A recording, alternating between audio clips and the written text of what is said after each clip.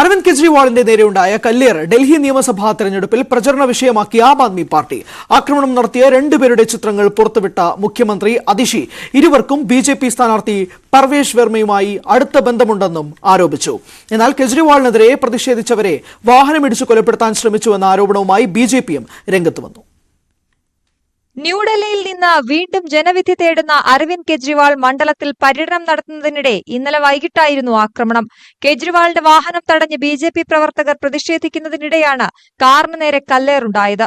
കാറിന് മുകളിൽ കല്ല് പതിക്കുന്ന ദൃശ്യങ്ങൾ പുറത്തുവിട്ട ആം ആദ്മി പാർട്ടി വിഷയം ചർച്ചയാക്കുകയാണ്. സംഘത്തിലുണ്ടായിരുന്ന ഷങ്കി, രോഹിത് ത്യാഗി എന്നിവർ ന്യൂഡൽഹിയിലെ സ്ഥാനാർത്ഥി പർവേഷ് വർമ്മയ്ക്കൊപ്പമുള്ള ഫോട്ടോ മുഖ്യമന്ത്രി അതിഷി വാർത്താസമ്മേളനത്തിൽ പുറത്തുവിട്ടു. ക്രിമിനൽ കേസുകളിൽ പ്രതികളായ ഇരുവരും കേജ്രിവാളിനെ ആക്രമിക്കുക എന്ന ലക്ഷ്യത്തോടെയാണ് എത്തിയതെന്നും അതിഷി ആരോപിച്ചു. इस शख्स का नाम है शंकी, प्रवेश वर्मा जी के साथ पाए जाते हैं.